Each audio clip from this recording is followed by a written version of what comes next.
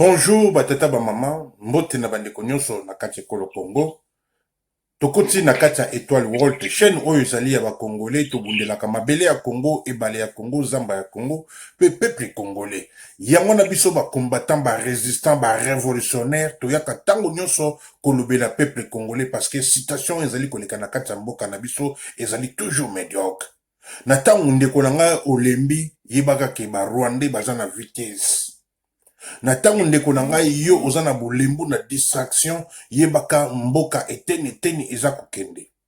Avenir a bana na biso lobi tokotiango na danger. C'est le moment ya kobundela Congo kozela lobi te. Lelo ezali lelo yango na moni toza koya kolamusa peuple congolais et seule solution oyo kokosunga peuple na biso mboka na biso tosunga Congo ezali révolution populaire. Et tout est dit à Congo pour peuple aingela libanda abengana bakuya kuya oyo bazana kati ya mboka na biso.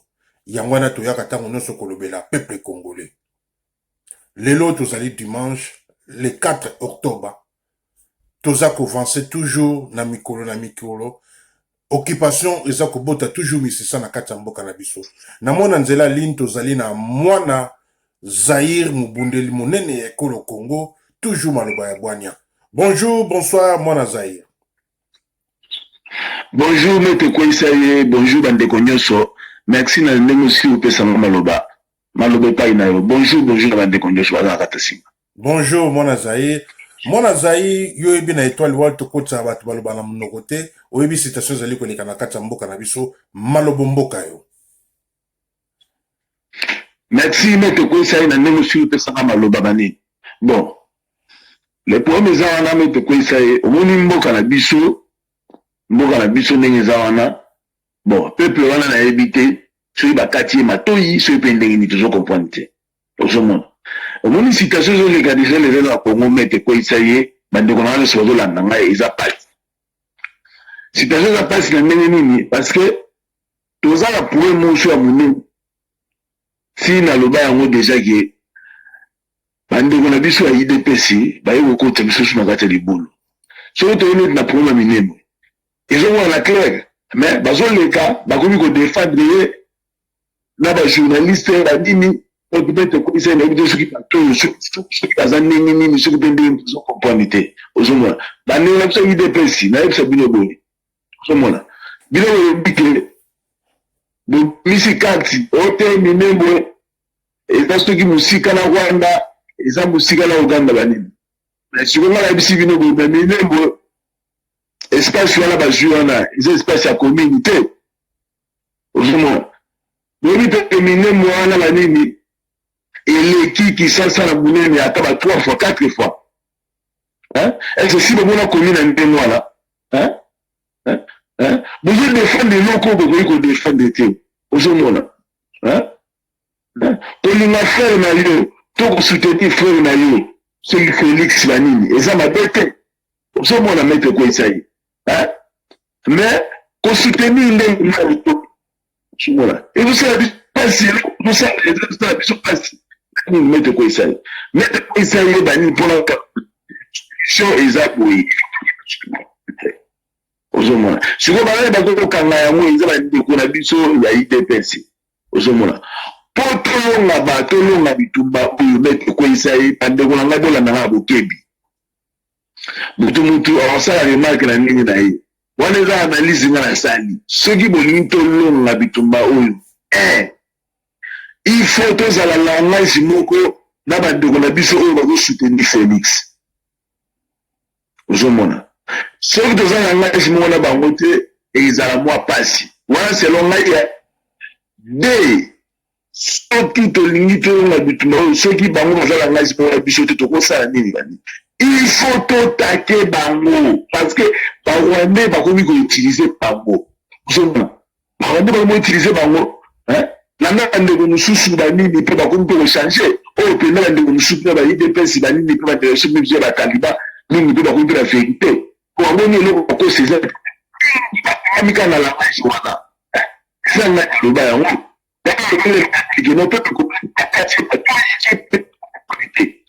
alobaki biso tokomisa yango b Bête comme ça, on sait.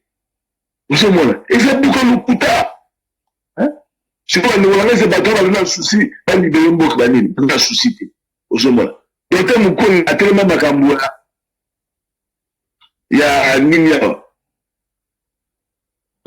Donc, Rapport mapping. Vous monde. À tellement de rapport mapping, par tout, sida, c'est radio. Vous monde. Par la communauté, Félix Félix Bologna. Pendant la maison, on a kokata tiginaye. Nous vous t'avons en salle de parti la diable. Pour qu'on ait la kimia. Sans au moins, on a beaucoup pour la Congo. Si vous voyez ça,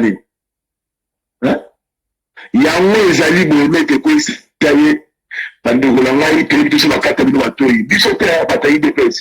Félix, il a qui dit là.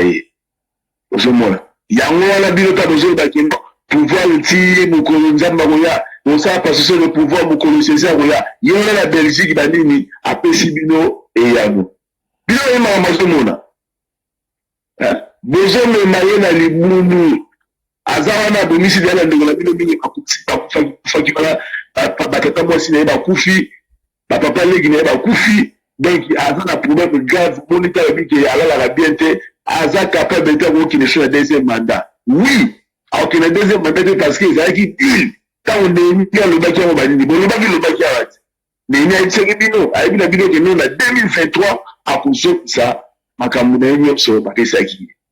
Donc, on a qu'à mettre le service dans le bac, déjà, ceux qui vous a qui dit, ceux qui vous a qui dit, de l'année d'administration, de l'élection IDPS, il y a Taliban, Balouba, Mouri Kende, Kabila, à cause de a pouvoir mettre quoi ça y est. Aujourd'hui, Ameka qui va négocier, mais ton sur la liberté que non, pour la zone de Sabanini, Bameka va payer ses pendant mon chose. Et Simbité, il y a un moment dans le bureau de la Belgique, Batali merci. Aux appuis au moment où on a bien, tribaliste, Baramutu, Banini, mais jamais te couper ce sous donki, mettre quoi ça y est, ma suki à la banini, le sac, Banini, Ingeta, Banini. Merci. Merci, moi, Zaï, na mono lobby tribalisme. Tout le monde y a une vidéo, ils allaient circuler tant on sur la carte, il y a pas tout na les réseaux sociaux, que premier président nommé, na carte Congo, tribalisme, en plus na monde, ils allaient Félix. Azi, ba famille na ye, ba camarade na ye, ba on so atie ba on kaka, na ba poste wana. Ba on so luba na luba. Na ebite ilo oniza koleka na carte Congo. Tikate, tomeka kobwa kamisu na kati ya video wana. Merci beaucoup, moi Nazaï, toujours maloba ya bwanya. Tokota na vidéo oyo, oyo eza ko circuler que Félix azali premier président nommé na monde oyo azali tribalisme na kata Congo pe na kata mokili. Ngati mna sali vidéo yango, vidéo ezali ko circuler total la vidéo. Merci tozonga. Avec un cabinet composé à 89% de gens du même espace linguistique, dont 60% ont des liens de sang direct, dans un pays composé de plus de 450 ethnies, Félix Antoine confirme qu'il est le président le plus tribaliste non seulement de la RDC, mais du monde. Il nomme François Beya Kassongo, conseiller du président de la République en matière de sécurité. Il fait de son ami personnel originaire du même village que lui, Sylvain Kabongo, secrétaire particulier. Cet homme, connu sous son vrai nom Topin Mokangeshayi, est un complice de longue date du président de la RDC. Avec lui, ils ont été impliqués dans les années 90 et début 2000 dans des dossiers judiciaires en Belgique. C'est ainsi que, pour fuir la justice européenne, Topin Kabongo s'était réfugié au Canada où il vivait de l'aide sociale jusqu'à la nomination de M. Félix Antoine à la tête de la RDC.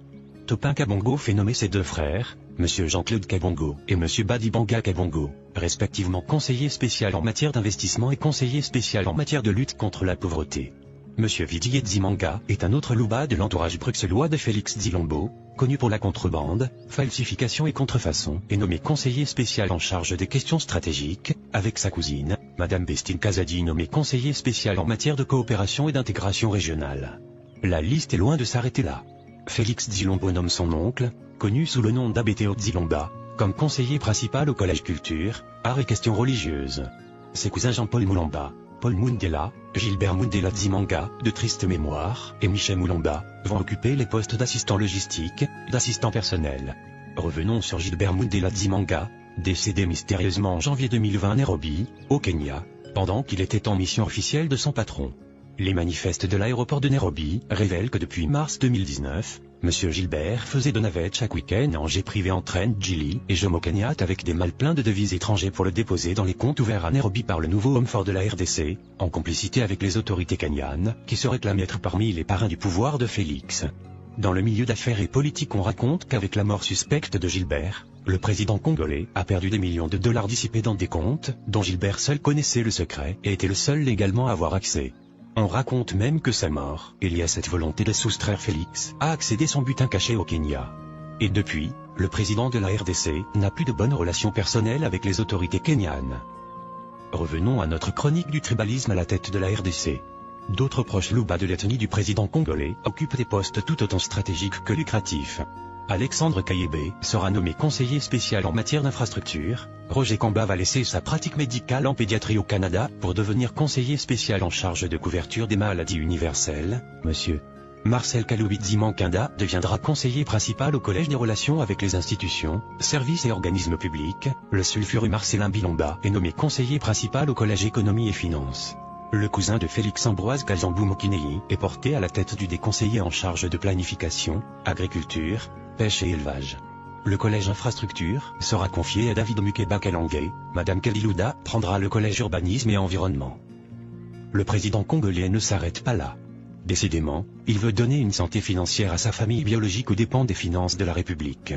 Il fait de Patrick Poililu Abeya et de Nicolas Kazadi ses ambassadeurs itinérants. Il va chercher son gourou Yazuki Tanguay et fait de lui haut représentant et envoyé spécial et place José Kazadimbouyi comme un de ses représentants personnels, alors que Rémi Kankou devient son envoyé spécial, Monsieur Alain Tatibilolo son intendant, Monsieur Jacques Ilonga Mouila, décédé, Clarisse Kankou, Gabin Kalambayi Kapena, Monsieur Francis Kayebé et son cousin Taylor Lubanga deviennent tous ses chargés de mission. Ses cousines Clémentine Zibola et Madame Bibiche Kabegele deviennent respectivement secrétaires administratifs et chargés des relations publiques.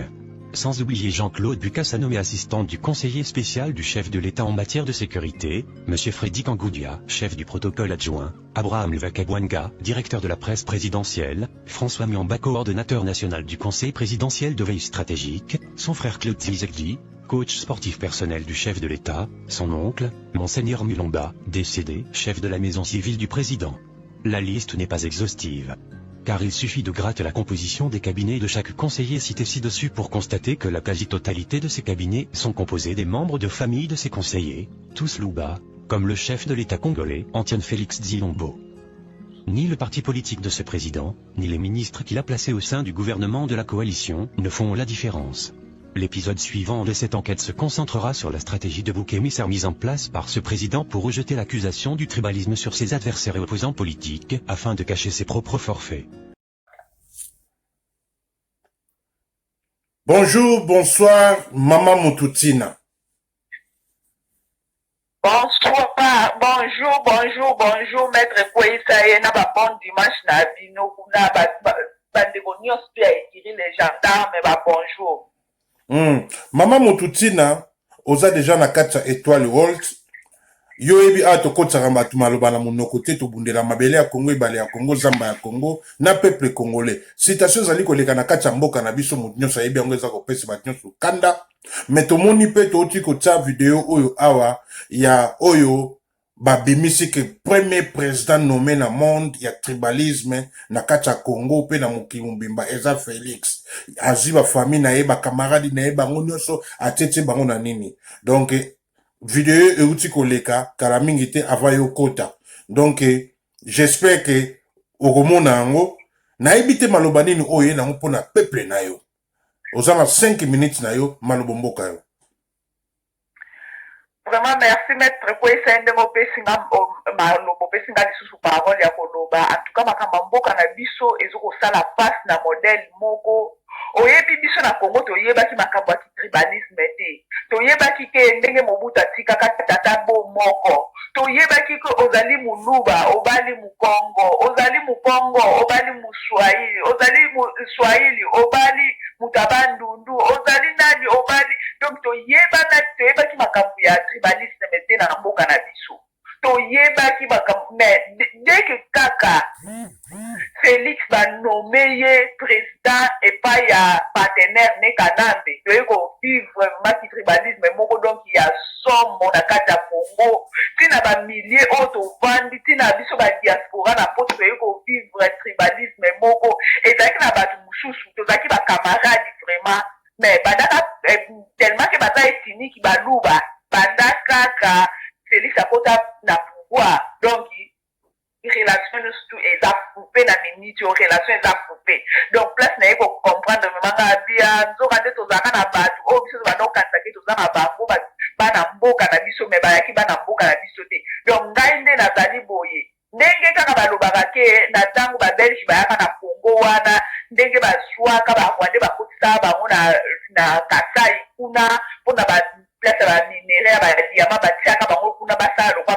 bazalaka kuna batravailleur oyo babutaka Rwanda wana babotama na baluba babotana kuna na kuna donc ti lelo naye kovanda naye tala nga bia donc makilabu ya barwandais ezokosala na kati ya baluba donc naye kocomprendre ke bazalaka na bango ya biso te donc kote wana kuta tribalisme eza nango kuti eloko ya kokamwa te tala baneti bamubenga wana mubenga alobi ke ye bango baa bakongole te baza bakasayen donc naye kocomprendre vraiment donc si ndenge batie nde Félix banome wana na bakabine ndenge makambo nyonso tu eza nango baluba mpona ngai mama motutina eza eloko ya kokamwa te ezali ndenge na bango moluba tobanda oyokaka baluba bazala batribaliste mais tobanda kozwa ngo kaka ndenge wana mais eloko oyo Félix asali donc kana ekobimisa bana baluba nyonso tu na mpwasa ndenge ezali bongo ko biso tokolakisa bango ke Congo wana ezali ya baluba te Congo wana eza ya bapeuple congolais ezali ya bana Congo bakoko na biso batikela biso eza mboka baluba te tala nanu so na longwe na biplace ya tribalisme na bango wana oyo baye kokotisa biso ya sali te bongo sikoyo bato babala baluba oyo babala pekolo mosusu sikoyo na bacouple na mabala wana ekokende ndende ekokufa oto ekozala kaka po mabala ekomi kobwa te ntina kati ya mabala soki mwasi aza moluba papa okoki koloba makambo ya Félix te soki papa oza moluba mwasi okoki koloba makambo ya Félix te sikoyo bacouple wana oyo babala na baluba na bato ya baregion mosusu ekokendela ndeni donc naye kocomprendre vraiment baza barace moko vraiment donc bazali vraiment donc lokola soki naloba nayebi te so na kobenga bango nini nga madom nde eza boye nayebi ke elia na baluba oyo baza conscient mais baza mingi te na 100% peut-être bakozala 0,1%. Vraiment maître kwesa oyo nazalaki nango akoloba yango wana koti lisusu na makambo oyo ezoleka na mboka na biso ye Félix azokokende kosinye minembwe donc naye kocomprendre ke Félix si ntango ayaki deja ndenge azwaki dil nde na dil nde ezalaki ke ndenge eza boye biso tozokoenchaine este wana po tokabola yango boye yoke ndenge bakotisaki na dil wana oyo akotisaki si ndenge ayaki na Londres awa akotisi bataliban nyonso tu na kati ya sali azokoloba banyamulenge baza bakongole donc ezalaki deja na kati ya dil na ye andimisa bataliban deja na makasi ke babanyamulenge baa bakongole sikoyo lokwa kondimisa bango na makasi ke baa bakongole aluka siko azwa sikoyo terre apesa bango yango wana tozokomona makambo ya minembwe me nga nalobaki baluba tokokende na bango ntina suka tokokende na bango ntina suka Kasai wana mpe eza na Rwanda te soki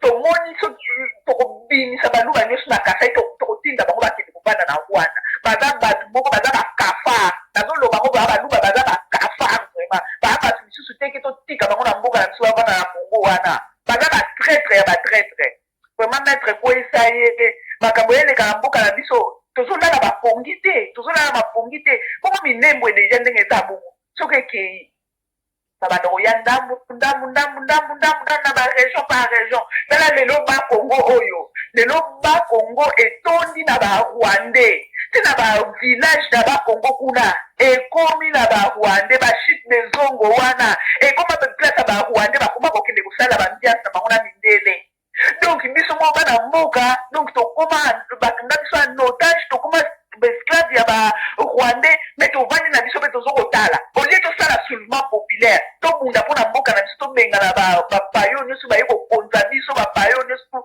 baye koprivatize richesse na biso papa yo nyonso bayekokanga biso en otage olie tobunda biso tovandi tozokotala mais tozokotala scène ti suka wapi ti tokomona mamaki na kinshasa wana drapeau ya rwanda etelemi ale nsima nango tokofongola minoko tobandi suko oh kasi drapeau ya rwanda batelemi yango na kisasa ere yango oyo ya kosala action ere yango oyo tozoluka ma lider ya solo oyo akozala na bapeple po tosala action soulèvement populaire tolingi lisu balider te oyo bakoya kolalisaka bato bapongi toza na état moko critique. Merci maître Kouesaye. Merci beaucoup maman Moutouti na toujours maloba ya bwania esili koyoka na message est passé. Merci. Merci Ingeta maître Kouesaye. Bye bye. Bye maman.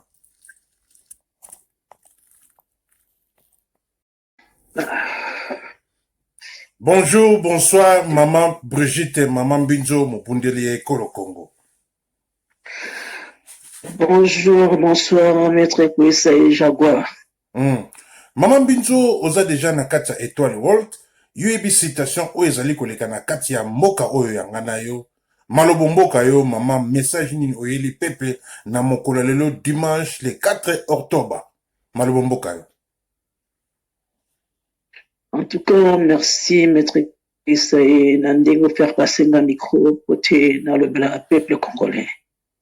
Na pesi peuple congolaise zayokwas na pesi bino mbote mingi bino nyonso bozali kolanda biso na kati etanto eke na pesi bino mbote bana Congo eza pasi mpona mboka na biso lelo mboka na biso bazwa yango na baokipa eza pasi mingi binemi bazwi biso mboka yango nazosenga na peuple congolais soki nyonso bozali ndenge botelema kaka Congo botiki mboka na bino boye botelema mboka wana ezali ya biso tokende na bamboka biso tokende koyiba bamboka ya bato me bango bayekoyiba na kati ya mboka na biso ezali kaka mboka na biso eza na kati ya mboka na biso tokende epai mosusu te bandeko nanga botelema e napesi bandeko nyonso baza na bacommentaire napesi bino mbote mingi bien kosala mosala ya nkolo mosala mpona kotelemisa nzambe apambola bino bandeko na ngai nayebi lobela bino boye bana Congo eza mpasi komona situation ezoleka na kati na mboka na biso ke ya mboka na biso etekama boye eza pasi meme ata lopango ya famille bateka yango boye te ava boteka yango fo bosolo na bino nyonso bana me ya biso mwana mobali ayi koteka biso lopango ya Congo amoni te lopango yango ezali ya papa Kisekedi yango yayi koteka yango me nalobi te nyonso oyo ateki ekei te ezaka be na kati ya Congo bandeko nanga totelema mpona mabele totelema mpona mboka toza na mboka mosusu te tozaka na mboka moko wana Congo bandeko na ngai nakoloba boye omoni nde toza na kati na diaspora na tovandi mpe na mboka bamindele oyo biso nyonso tomeli na bamboka oyo tosenga na bamboka oyo tozali tosenga bangoke bopesa biso ndambo ya parti moko boye na ere ya yo ovandi osenga bamindele koyo bipesanga ye kote oyo navandi eske bamindele oyo bakoaccepte yango bakolinga yango te me bazosala yango kaka mpona Congo mpona Congo balingi biso bakongole te me balingi nde mboka na biso tala lelo bato oyo bakomi na minembwe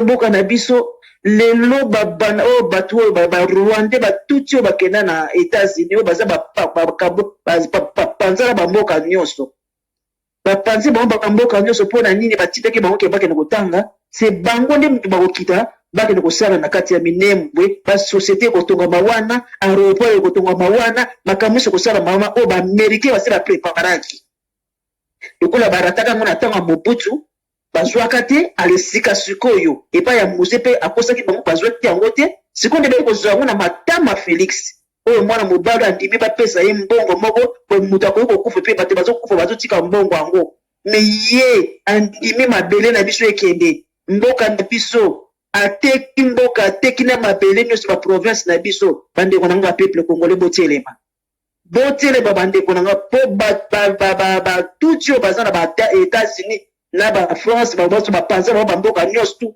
bakokita mpo wana na minembwe baya kotonga basosiété nazongeli yango so batonga basosiété mpo basala na kati ya minembwe wana tala deja américain basi basali plan na bango ya kotonga aéroport na kati ya minembwe bandeko nanga bapeuple congolais bovandeli kaka na kati ya kini wana kaka bino bana Congo bovandi na kini mpenza baninga na bino na baprovince batelema mais botiki bandeko na bino mais bino kaka na kini kaka ambiance ya miziki masanga peuple congolais tika nani te masanga te tika nani baambiance wana bandeko bazali kokufa na mboka mpona nini boza mitema mabe boye mpona nini boza mitema mabe boye bandeko na ngai peuple congolais botelema toza na mboka mosusu tozaka na mboka congo wana soki botelemi te kozala mawa mingi bandeko na ngai bapeuple congolais bosilisa baklasse misala eza te gouvernement ya basase babonde bino na parlement wana bakanga makambo nyonso ya bino bourse de bino betite bazwango na bapoliticien wana ale sikoyo bino baza kopelela ipolitika na bayeli bino na sena komi sénateur ya vi peuple congolais obanda kotala be ipolitique na kati ya mboka oyo ya sénateur ya vi oyo abombi bacongolais azokontinue ti kobomba na moya lelo yango oyebisa bino peuple congolais nalobela bino boye omoni ipolitika na mbe soki bakomi na olive mpati lipeka na ye azwi loboko na atie likolo lipeka ya ipolitika na mbe seke bolingo ye makasi mpo ipolitika aprofitaka na lere bandi babenga na ye bolingo yaka makasi mpo aolive yango nasengeli bino peuple congolais botelema mpo baza bato te babomi bino na nzala edika babomi na kati ya mboka siko peuple congolais koyebisa bino boye omoni félix bato banazoyoka na bana bakumisa nini na mede kita soni kongo mawa bana Maman bakirwa Binzo otika na 30 secondes.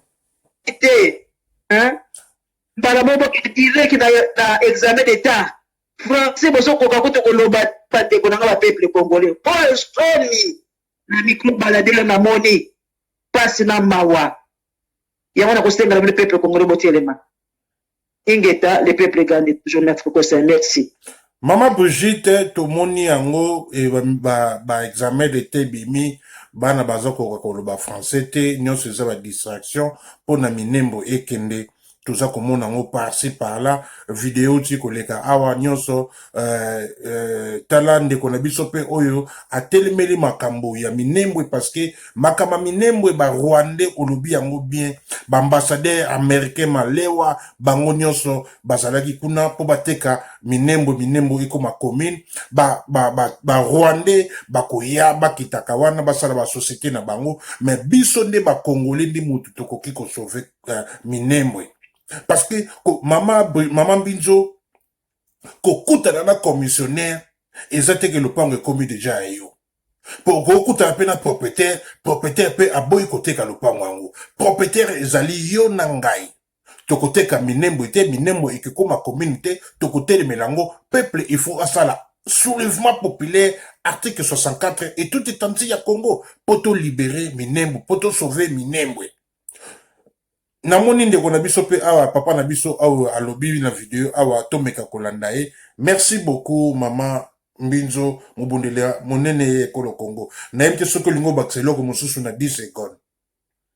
En tout cas maître Kosa eloko na kosera bena pe le congolais botelema bandeko na ngai bandeko bakufi mingi likolo mabele wana botelema bokotika te bandeko peuple congolais bokasa mémoire ya Russie na Thérèse Kapangala na chebe ya ndeko na biso mutu ya droit de l'homme baboma ye bokanisa mémoire na bango bato ebele bakufi mwa pe na tanga kombo te po ifo natika pe baninga pe bakota na émission baleka en tout cas peuple congolais telema po nazali nango akola bango wana ingeta le peuple gagne toujours.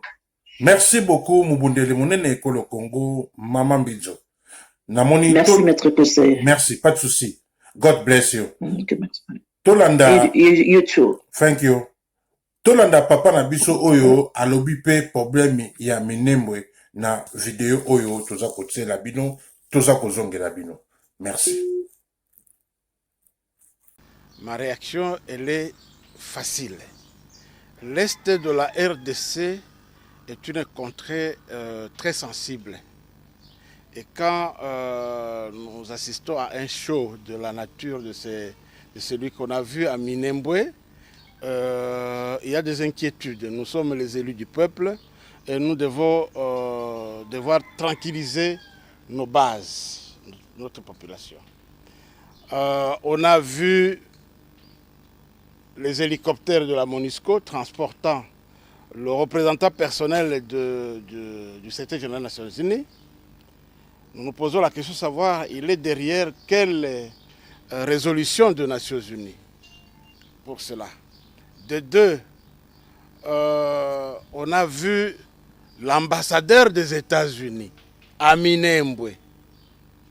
Qu'est-il parti faire là-bas? Quel est son rôle dans tout ça? On a vu le représentant de FRDC au sommet. S'agit-il d'une reddition ou quoi? Je me pose une question. On a vu la pléiade de ministres qui sont partis là-bas. Personne n'a été informé. On est surpris de voir que tout ce monde-là se retrouve de ce côté-là et quelques députés recrutés ci et là. Moi, je dis, cette contrée est très sensible. On a perdu dans ce pays plus de 10 millions de Congolais à cause du conflit de ce côté-là. Les cicatrices ne sont pas encore là.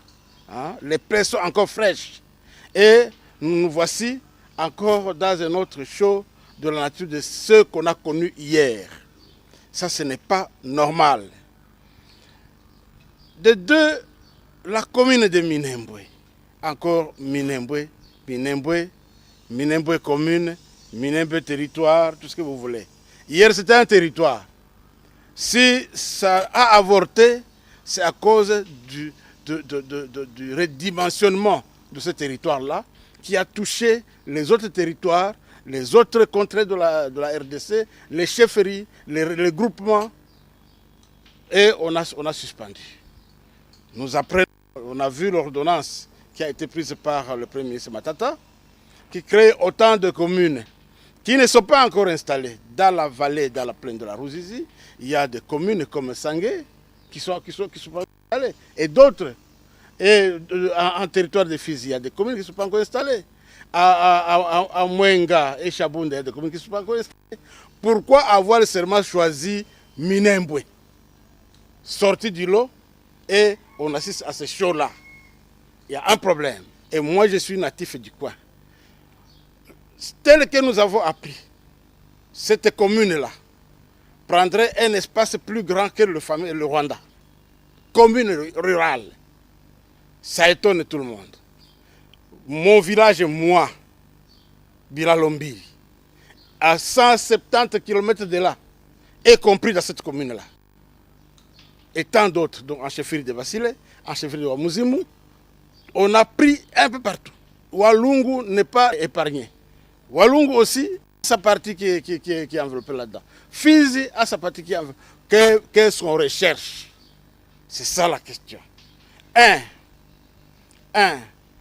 D'après ce que nous avons appris, et selon les textes, les juristes nous contrediront, la commune rurale ne peut pas dépasser plus de 5 km². C'est ça ce que nous avons appris. C'est sur quoi j'ai la certitude. C'est qu'elle ne peut pas s'installer là où est installée une chefferie, un secteur. Parce qu'ils ont les mêmes compétences du point de vue des entités décentralisées. Mais là, la commune là, si elle va à Bilalombiri, elle a englouti déjà autant de groupements. Dans Itombwe, dans Mwenga. Donc, la loi est heurtée ici. Et on aurait heurté la loi de la RDC. Pourquoi? Dans quel intérêt? Point d'interrogation. Et nous disons, attention, nous ne laisserons pas cette imposture se faire. Nous irons auprès des cours et tribunaux de ce pays. Ça, c'est un. De deux, nous tendons notre regard vers les autorités du pays, notamment le chef de l'État, pour qu'il arrête cette mascarade-là. Ce n'est dans l'intérêt de personne. Dans l'intérêt de personnes. Déjà qui s'enferment quelque part un groupe d'individus, ils boutiquent une affaire et ils prennent tout le monde de court et ils sont en train de se pavaner. Je dis ce n'est pas normal. Le chef de l'État, il y va de sa crédibilité dans cette affaire de Minembwe. Nous ne laisserons pas faire. Nous ne laisserons pas faire. Une commune peut se créer, mais ça doit suivre le même cheminement. Et il n'y a pas de préférence entre entités de la RDC. Pourquoi seulement eux? Bonjour, bonsoir, Maman Angèle, Kwesay FBI. Bonjour, bonsoir, maître Conseil, mon pépé Jacques. Maman Angela, oza déjà na kati ya Étoile World, yebi citation ezali koleka na kati ya Congo, malobo mboka yo mama, peuple aza koyoka. Merci, maître Conseil, on peut savoir sur Maloba, na lelo sur la dimanche, sur la bosse le 4 octobre. Vraiment, na pesi merci, na tana o pesi biso, na tango po pirato lo bela mboka, na social mboka oza, na ho maître Conseil, na pesi mbote el boso, na pesi bandeko na nyonso to bundara, bambote mingi to tanga ba Kongo te pona mulunga na biso, bazali belé, social Congo, papa Gila, maman Mbinjo, maman Mundongo, maman Passalimère, maman Mututina, papa Jérôme, mwana Zaï, tozawa na to bundaka na moko maman Jai Kwese FBI. Bon, pona Congo, na koloba boye bandeko na Congo banda makambo ekolela kibiso na kanisa mutu na mutu oza na social Congo azui par na epo maladie etungisi biso nyonso ata nde tozoloba boye. Donc tobeli me yango te eza faiblesse na biso toyaka koloba po biso tobundela intérêt te bato intérêt bakolemba me biso bato oyo toya mpenza mpona mboka na bolingo na mo vrai tozala wana po toloba napesi mpe nkwezi na ngai oyo babengi dona mbote bisika azali. Bon moto ekweyise mambo eza wana ndeka tosololaki bana Congo boyoka biso sikoyo bana Congo tant toyaka awa toyaka te mpona bafantaisie toyaka te mpona nini mboka ya mabe. Donc ya liboso ya kobanda ezali soulèvement populaire de la révolution article 64 tosala yango po toluka kokangola mboka na biso tomona biso kuna na Mali basalaki yango bana poto bakitaki kuna te oyo bapaya bana Europe nde boloba bakitaki te bazwaki décision na miniti oyo oyo bazosepela na Mali ezali peuple Mali oyo aza na kati ya Mali mais oyo aza na mosika azobongisa sikoyo ayeba kofungola pharmacie ayeba kofungola hôpital ayeba kotraite siko peuple na ye na ndenge ya kitoko oyo mpe asalaka commerce alingi afungola boutique asalako atia mwa biloko na prix ya bie bandeko ne balia mosala sikoyo badiaspora ya Mali bakoma osala na ta oyo kotinda bacarton kotinda bakisi kobongisa po Mali ezala kitoko me bakitaki te babandaki kobunda na bango na mosika me peuple wana ntango akomprenaki ke oyo eza mpona lobiko na biso peuple wana aliberaki mboka bandeko na bango koto sikoyo babandi kobongisa bisiko ebebaki bazokorange banzela bamakambo mituka banzala bopito bakomi kobongisa ndenge moko mpe na biso peuple congolais zaiwa biso mpe ndenge eza boye yango nde tozela yango tozoyebisa bino botelema na article 64 soulèvement populaire de la révolution obéissance désobéissance civile bosala yango mpo yango nde kosala ke biso mpe koto oyo toyeba lisusu kozwa makasi ya koede bino. Bon nalongo ekotana nangi naloba boye ntango nayaki nayebisaki bino ke Martin Fayulu Félix bango nyonso babemba basinyaki dili wana bango nyonso bana kati ya dili nayebisaki binongo bino mo bouti koyoka matama minene oyo babengi Félix awuti koloba onga na kokoka na nga lisusu kibokonzi yango te na osala ka 2 ans na olongwa eza na kokoka te eza nde dili oyo bango nde basinyaki fo basalaka 2 ans yango komonaka mutu moko alobaka za te bakanga matoi na bango parce que eza biloko basinyaki eza na papier même si Martin Fayulu akoleka te mais moko na bango azoleka obeta sous 2 ans totika na bango 2 ans wana te totika 2 ans wana te baya lisusu po Félix déjà abomi combien ateki combien ayibi combien peuple okozela lisusu Martin Fayulu ayabi ebemba ya muzito aya koyiba lisusu nombre ayiba lisusu ebele ayiba lisusu ebele aboma lisusu ebele ateka lisusu ebele akalinga lisusu bana Kongo ebele alors bozela lisusu moma nekoka te po tozela moma nekoka te po tobebisa mission na bango badilo basinyaki ezosenga yo na nga totelema tosala soulèvement populaire de la révolution article 64 bana Congo tozofongola bino biloko boyebi te oyo bozela kuna d'information ntango mosusu kutu courrier eza pe te ntango mosusu boozela oyokango na nini oyo na radio ntango mosusu mpe pile eza te biso toyaka mpona koyebisa bino ndeko na ngai zala na kanda kobima bima te oyo nyonso no baosala lokuta Martin Fayulu atinda biso maloba ke tozala vigilant tokozala vigilant ye sikoyo aza nani sikoyo biso tokoma sikoyo vigilant ye sikoyo akomi peuple biso sikoyo tokoma kolobela ye bozomona ke eza baje moko ya malamu te eza baje moko ya malamu te butch be déjà bayaki kote barécupéraki bambongo na bango bomoni kaka baambassadeur oyo toyebisa bino baambassadeur oyo bamei koyepa fayulu bango mutu bauti kosepela na mboka na biso bateki bango mutu bauti kosepela na mboka même ambassadeur oyo bayaki pa fayulu même baambassadeur wana bakiti na se kuna bakiti na mboka na biso esika bateki beni bango kaka tomona baosepela na minembo pardon merci maître Koisei bango mutu bakiti na minembo bazosepela sikoyo bato bayaki pa fayulu apesa bango conseil nini fayulu alobela bango mponani alobela bango te mponani fayulu ye moko ake kosa kuna bopesanga convocation basala neti baye kokanganga ntango bana kongo baoya na bloke bango bino kuna bozwa mboka bozomona babiloko yango sikoyo toloba te mpo tozobanga nani mpo tozokima nani ifale bango babanga biso sikoyo biso tokoma kobanga bango soko yo koloba balobi na oke